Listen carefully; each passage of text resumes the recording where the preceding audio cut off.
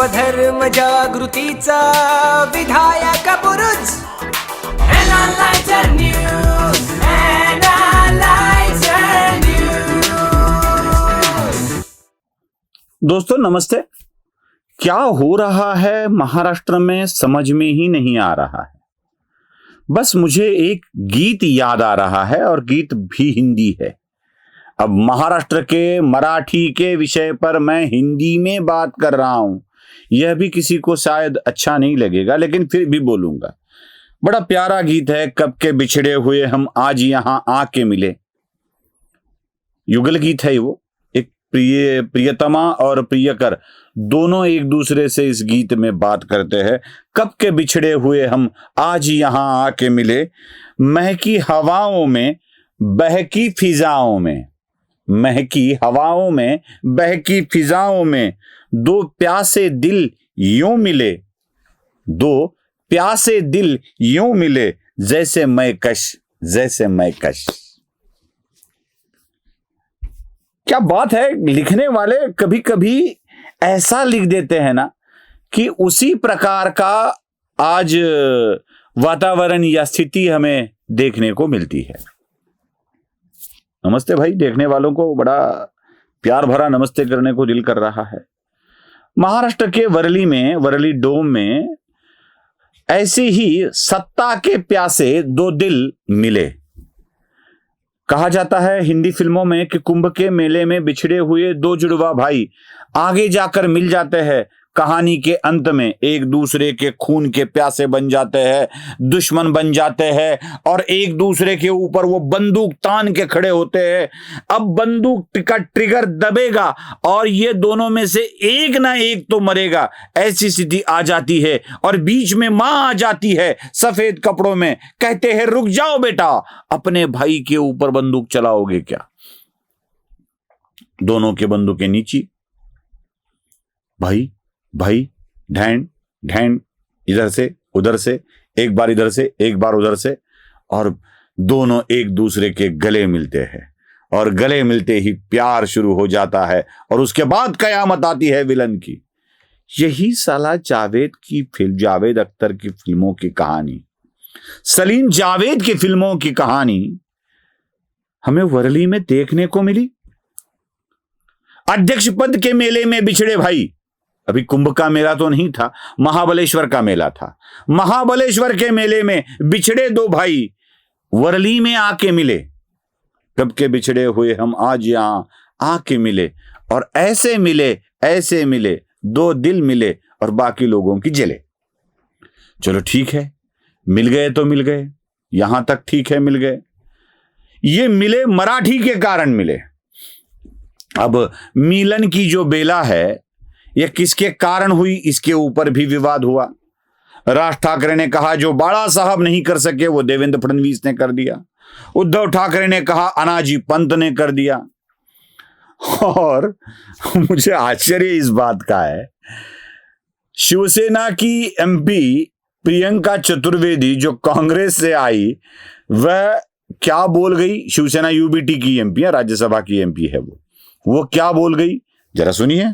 ऐतिहासिक क्षण है मुंबई के लिए, महाराष्ट्र के लिए, और 19 साल से जो दो भाई अलग हुए थे आज एक साथ हुए हैं। और जैसे राज जी ने कहा कि जो बाला साहेब जी नहीं कर पाए वन्य हिंदू हृदय सम्राट, वो देवेंद्र फडणवीस ने कर दिखाया है। तो यही कहूंगी कि ऐतिहासिक क्षण है, जनता के मन में एकदम उत्साह का माहौल है। अब देखो भाई, इतने मराठी लोगों के होते हुए भी प्रियंका जी को राज्यसभा में मनोनीत कर दिया उद्धव ठाकरे ने। इतने मराठी लोगों के होते हुए भी एक चतुर्वेदी को नियुक्त किया राज्यसभा पर। वहां तो राज ठाकरे बड़ी बड़ी बातें कर रहे थे। भारतीय जनता पार्टी और शिवसेना की सरकार का स्थापन करने का वक्त 99 की बात बता रहे थे, तो वक्त आया था। कुछ लोग मातोश्री पर आए। राज ठाकरे ने बाला साहब को नींद से जगाया, दोपहर वाली नींद से जगाया। वाम कुक्षी ले रहे थे वो, और उन्हें कहा कि काका लोग आए हैं, जरा उठिए। वो बात कर रहे हैं कि सुरेश दादा जैन को मुख्यमंत्री बनाया जाए, तो बाला साहब ने करवट ना बदलते हुए कह दिया, उनको कह दो कि सिर्फ महाराष्ट्र का आदमी ही, मराठी आदमी ही महाराष्ट्र का मुख्यमंत्री बनेगा, और सो गए। यही बात हो गई और सरकार ना बनी 99 में। बाला साहब की नींद की बातों ने 99 में युति की सरकार चली गई, ये सच बता दिया। मराठी व्यक्ति के सिवा कोई नहीं बनेगा, ये राज ठाकरे बता रहे थे, और उद्धव ठाकरे प्रियंका चतुर्वेदी को एमपी बना रहे थे। अब ये बात ठीक है, जो प्रियंका चतुर्वेदी अपने नेता मराठी के मुद्दे पर एकत्रित आए हैं, यह बात हिंदी में बता रही थी। हिंदी में ये क्यों हुआ?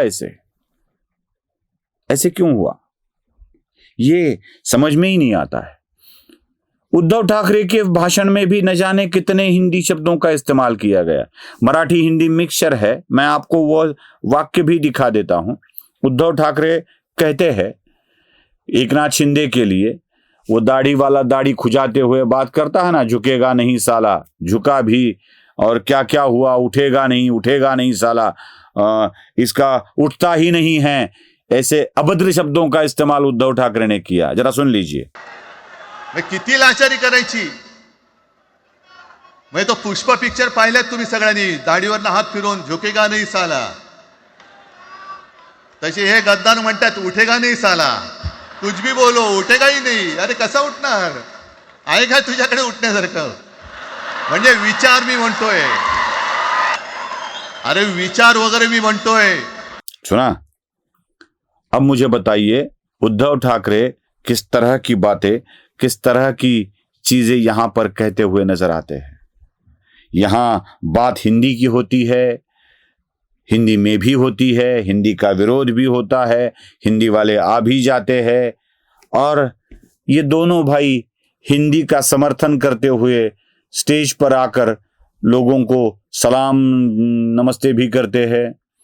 अब हिंदी का विरोध था और हिंदी की तरह सलाम कैसे किया गया, जरा देखिए। इस सलाम को देखते हुए तो मुझे सलाम इश्क मेरी जान जरा कबूल करना, ये गीत भी याद आता है।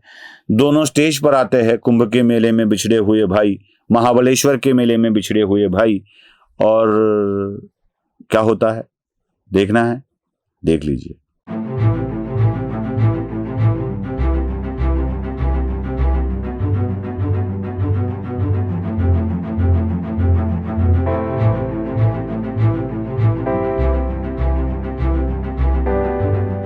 है ना, सलाम इश्क मेरी जान जरा कबूल करना। उद्धव ठाकरे जिस तरह की बातें कर रहे हैं, जिस तरह से व्यक्त हो रहे हैं, इन सब को देखकर ये मराठी वाला मुद्दा बस चुनाव के लिए है, महापालिका के लिए है, यही म का म महापालिका के लिए है, यही बात स्पष्ट करता है, साबित करता है। नमस्ते।